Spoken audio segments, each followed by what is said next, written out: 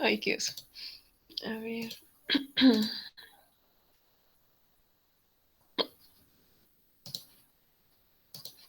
Ahí ya se ve, ¿verdad? Ay, Sí. ay no, qué cosa tan fea. Bueno, pues nosotros somos, bueno, está cargando, ahí está. Nosotros somos el departamento de cálculos y está conformado por, falta mi foto. este, Adrián Lima, Miriam Carapia y Edgar Antonio Félix. Bueno, nuestros objetivos son, ay, primero que nada, realizar una investigación de los fundamentos teóricos del funcionamiento del generador de Van de Graaff y realizar cálculos teóricos sobre las características que tendrá el generador. O sea, lo dividimos como en dos. Específicamente entender cómo funciona y por qué. Y pues los cálculos respectivos que tenemos que hacer, ¿no? De sus características. En los compromisos con otros departamentos incluimos ay, proporcionar medidas iniciales para dar una idea de pues cómo se iban a tener que ir empezando a buscar los materiales. Eh, ay, dimos apoyo en el diseño del generador y a lo largo del proyecto consejos sobre materiales y formas que alterarían cálculos por dudas que fueran surgiendo. Ay, qué feo. Bueno, primero que nada, nuestro primer acercamiento fue qué es y cómo funciona el generador de Van de Graaff. Básicamente lo que es un artefacto que crea diferencias de potencial y puede dar fenómenos como el que se ve en la imagen. Muy interesante. Bueno. Bueno, como ya comentó Miriam, nosotros fuimos como el primer departamento que se encargó de ver un poco, no tan a fondo el funcionamiento del generador, ver más en términos generales para así ir haciendo los cálculos debidos y ver qué influía en cada cosa. Bueno, primeramente tuvimos que investigar un poco acerca del generador de Van der Graaf, basándonos en diferentes trabajos ya realizados, como tesis y lo que fuimos encontrando. Básicamente el generador de Van de Graaff es un artefacto que crea diferencias de potencial, produciendo así grandes voltajes. El voltaje final se almacena en una esfera metálica, que es lo que tenemos en la parte superior. Básicamente consta de una diferencia de cargas, de potencial, como ya lo mencioné. Empieza en la parte de abajo del rodillo. El rodillo se conecta a un motor para que esté en constante giro, para que sea más automático y genere una diferencia de potencial más grande. Aquí principalmente se producen dos efectos, que es el efecto punta y el efecto corona, inicialmente en el peine de abajo. Se tiene el... Ah, bueno. Claro. No, sí, sí, sí. En acercándonos más en el rodillo de abajo y la cinta, básicamente lo que se tiene es que giran en sentido opuesto y esto hace que la banda empiece a girar a lo largo, más bien a lo alto del generador, transportando cargas, perdón. Esto se debe a que la banda y el rodillo separan sus cargas por la fricción que hay entre ellos, entonces uno se queda cargado de un signo y la otra de otro signo. Esto depende de los materiales que se estén utilizando y el sentido que se le dé al giro. En este ejemplo se puede ver que por el giro que se está dando, el rodillo se queda cargado positivamente y las cargas negativas van a través de la banda. La siguiente, por favor. El primer fenómeno que ocurre es el efecto puntas. El efecto puntas ocurre por la densidad de carga, que esta se da mayor. La densidad de cargas es la carga sobre volumen, entonces entre más poquito volumen hay, mayor carga. Por lo tanto, en la punta, donde hay mayor curvatura, hay menos volumen y dicho esto, hay mayor carga. Entonces aquí se comienzan a almacenar las cargas y ocurre el efecto de ionización del aire, lo que produce un campo eléctrico entre la punta del rodillo y... Ay, se me fue el nombre. ¿Cómo se llama? ¿Cómo se llama? El peine. El peine, Más bien, perdón. sí, la punta del peine y el rodillo. Sí, la punta del peine y el rodillo. Entonces aquí lo que se produce es el efecto puntas. Entre estos dos, dicho que el rodillo está cargado positivamente, La separación en el efecto de puntas ocurre a través de las cargas negativas, lo que hace que se atraigan, y esto genera un campo eléctrico y una ionización. Bueno, primero ocurre una ionización del aire y esto por consiguiente ocasiona un campo eléctrico que hace que fluyan las cargas negativas hacia la banda y porque van a traerse hacia el rodillo, pero se topan con la cinta y la cinta bueno, la banda, y la banda lo que hace es transportarlos hacia arriba. Aquí en intermedio entre este paso ocurre el efecto corona, que es la siguiente, que básicamente es explicado de la misma forma. Mmm, Al ionizarse el aire es neutro, pero jala las cargas negativas, no más bien las...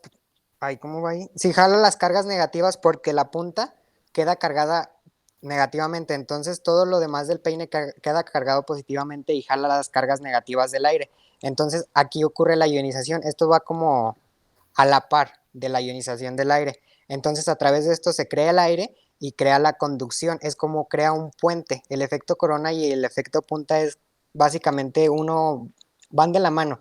Lo que hacen esto es ionizan el aire y crean un puente para que las cargas negativas desde la punta vayan siendo atraídas hacia el rodillo, pero aquí se topan con la banda transportadora y suben hacia arriba. Entonces aquí ya es la segunda parte esa es como la primera parte de lo que ocurre, perdón, en el generador. Al elevarse las cargas, vuelve a ocurrir esto en la parte de arriba, en el otro peine. Ajá, como vemos aquí, bueno, aquí vemos específicamente ya no se ve el puentecito ahí y suben las cargas negativas. Entonces, esto vuelve a ocurrir en la parte de arriba porque el rodillo de arriba está neutro. Entonces lo que hace es transporta las cargas y vuelve a producirse el efecto punta y el efecto corona, pero ahora viceversa en el otro peine. Y este peine porque cabe mencionar que el peine de abajo está conectado a tierra y el de arriba está conectado a la esfera. Entonces lo que hace es que carga la esfera. Y dicho de esta forma, es así como general, es el funcionamiento del generador de Van der Graaf. Aquí ocurrió la diferencia de potencial y se genera el potencial en la esfera de arriba, un mayor potencial. Y bueno, entrando... Bien, ahora pasamos a... Uh-huh. Ah, Sí, adelante. ok, bien, ahora pasamos a la parte ya de los cálculos. Y uno de los primeros que se realizó en el departamento fue el de la capacitancia. ¿Por qué este? Pues porque, recordando las clases, el profe nos mencionó que el generador de Van de Graaff es finalmente un capacitor. ¿Por qué? Pues porque almacena energía en forma de carga. En el caso específico del generador de Van der Graaf, es un capacitor esférico de un solo conductor. En sí, un capacitor es de dos conductores, pero este generador es de uno. Bueno, tiene los dos, pero el segundo se supone en el infinito. El primero es la esfera y el segundo se supone en el infinito. Si recordamos la fórmula para hallar la capacitancia, es una relación entre la carga y la diferencia de potencial. Pero al considerarse un capacitor esférico y después de una manipulación pues ya algebraica, considerando la diferencia de potencial, se llega a la fórmula que está ahí, esa de que la capacitancia es igual a cuatro veces el pi por el valor de la permitividad del aire en el vacío por el radio de la esfera. Bueno, en nuestro caso, la esfera tiene un radio de 16,51 centímetros o 0,1651 metros. Y sustituyendo ese valor en la fórmula, nos dio una capacitancia de 18,37 picofarads.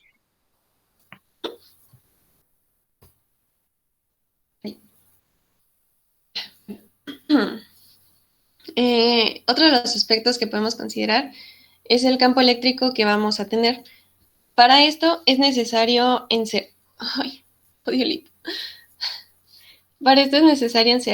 la esfera en una superficie gaussiana. La superficie gaussiana elegida pues obviamente va a ser una esfera.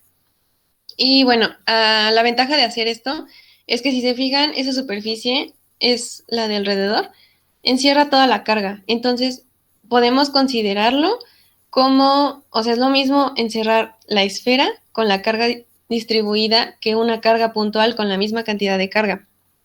Por lo mismo se puede considerar como una carga puntual en lugar de una distribución de carga. Eso conviene porque si recuerdan las clases de electromagnetismo, el campo producido por una carga puntual es K por Q entre R al cuadrado.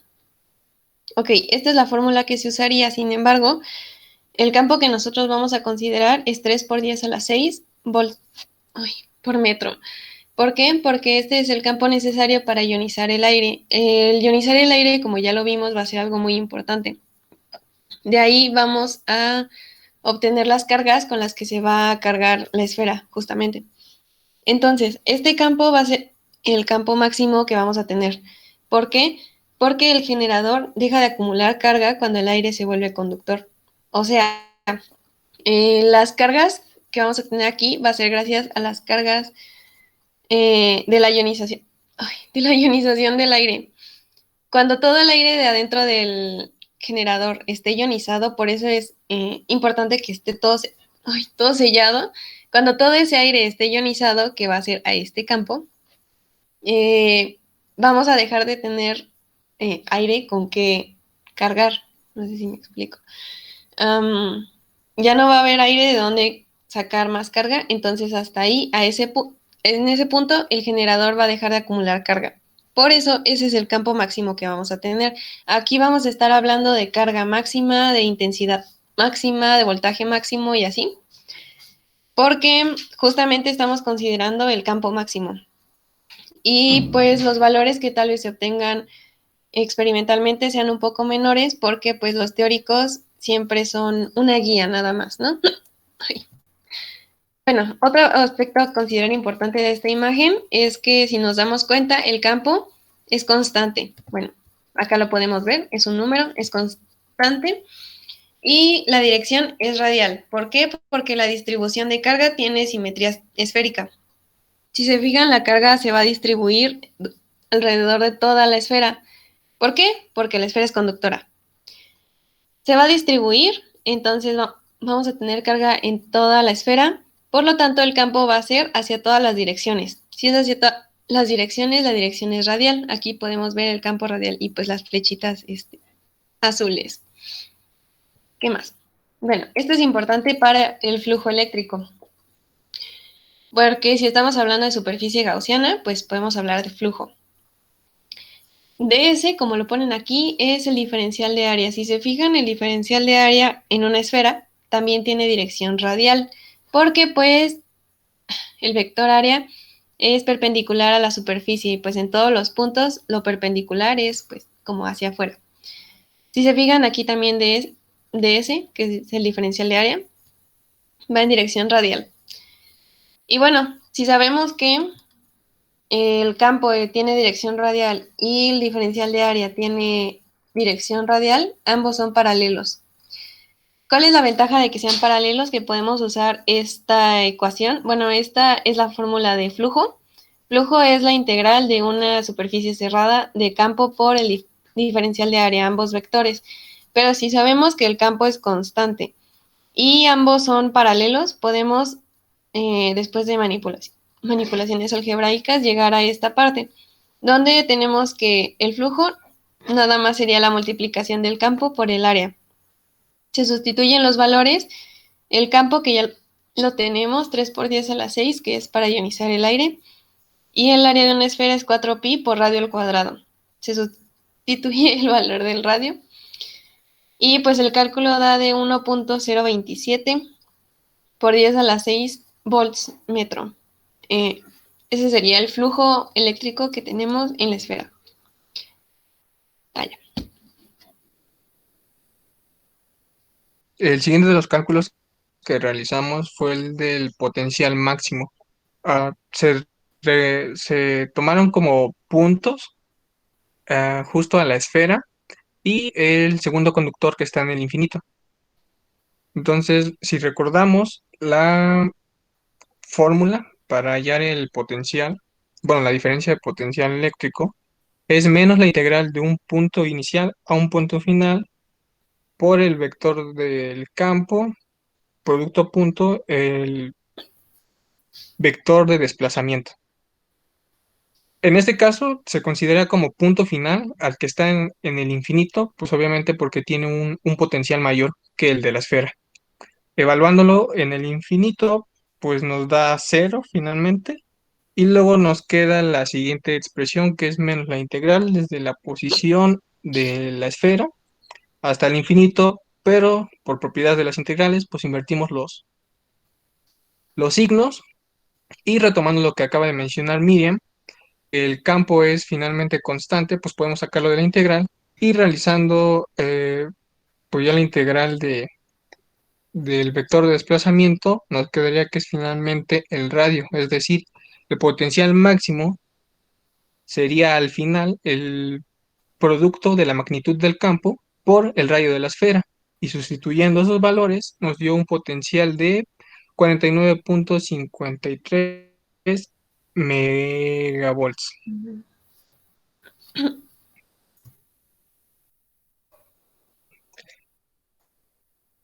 El siguiente de los cálculos fue el de la carga máxima. Eh, pues de este tenemos que regresar a la fórmula para hallar la capacitancia, que es la carga máxima entre el voltaje máximo. Simplemente se despeja la carga, se sustituyen los valores y se obtiene un valor de 9,098 microcoulombs.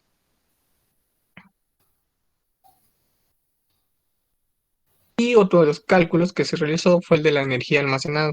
Esta igual es una fórmula que ya está establecida, ya está dada, y simplemente bastó con sustituir los valores que ya hallamos, es decir, la capacitancia y la diferencia de potencial, obteniéndose un valor de 2,253 joules. Y bueno, para el cálculo de la intensidad se hicieron un poco más de procedimiento, ya que, bueno, la intensidad es la cantidad de carga por segundo que vamos a tener. Encontramos esta fórmula en una de las bibliografías que encontramos. Para llegar a ella es un poco largo el procedimiento, pero bueno, la intensidad máxima es la permitividad del vacío. Por el campo máximo, L es el ancho de la banda que vamos a tener y V es la velocidad del rodillo de abajo en metros por segundo. Ok, ¿cómo llegamos a eso? Tenemos el dato de que nuestro motor tiene N es la velocidad angular. Una velocidad angular de 1450 revoluciones por minuto. Ok, para eso sabemos que una revolución es pi por diámetro, ¿no? Estamos hablando de la polea pequeña. Porque para esto hay que considerar que tenemos dos poleas, una polea pequeña y una polea grande. El motor va a ir a cierta velocidad y a esa misma velocidad va a ir la polea pequeña, ya que es la que está unida al motor. Después se va a ver más a detalle eso en las fotos que se ve en ensamble, me parece. Pero bueno, la polea grande va a ir a una menor velocidad, porque pues van unidas. Primero tenemos que sacar la velocidad de la polea pequeña. Bueno, entonces una revolución es pi por diámetro. Lo sustituimos los valores y una revolución de la polea pequeña es 0,05 metros. Después hacemos un cambio de unidades de revoluciones por minuto a metros por segundo. Así tenemos la velocidad de la polea pequeña. Ok, después tenemos que hacer una relación entre cuánto equivale la polea grande con la polea pequeña. Para eso la relación pues es una división. Nos da 1,58. Esto quiere decir que la grande es la pequeña más 58%. Así podríamos verlo. Entonces, si esta es más grande, va a ir a una menor velocidad. Por eso se divide ese valor. O sea, la velocidad a la que ya teníamos, la velocidad lineal de la polea pequeña, entre este valor nos va a dar la velocidad de la polea grande. Esto es un poco revoltoso, pero explica mejor en el documento. El punto es que llegamos al resultado de 0.7 metros por segundo, sería v, la velocidad a la que va a ir nuestro rodillo de abajo.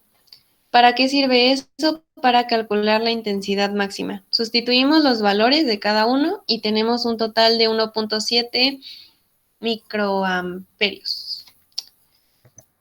Y por último, la potencia. La potencia, como ya sabemos, es voltaje por intensidad. ¿Pero qué significa? Es básicamente el trabajo que hay que realizar para que una carga de Q, si se fijan, aquí esta de Q es como un pedacito de carga, pase de un lugar en el que el potencial es cero. Si se acuerdan, estamos partiendo desde tierra, porque pues el peine está en tierra, donde el voltaje se considera cero. También hay que recordar que las cargas siempre tienden a estar en un voltaje más bajo, el más bajo posible. Entonces, si aquí tenemos el más bajo posible, que es cero, y las queremos llevar hasta arriba, donde tenemos un cierto voltaje, que ya lo calculamos, necesitamos cierta potencia, necesitamos un trabajo, subirla. Ese trabajo es la potencia que estamos calculando. Entonces, es trabajo que hay que realizar para que una carga de Q pase de un lugar en el que el potencial es cero, aquí, a otro donde el potencial es B, acá arriba. La trayectoria que va a seguir, ¿no?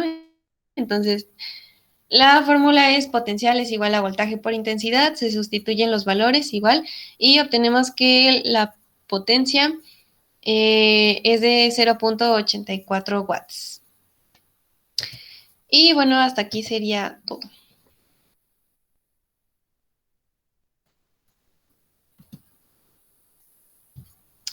¿Cómo ven? ¿Verdad que sí?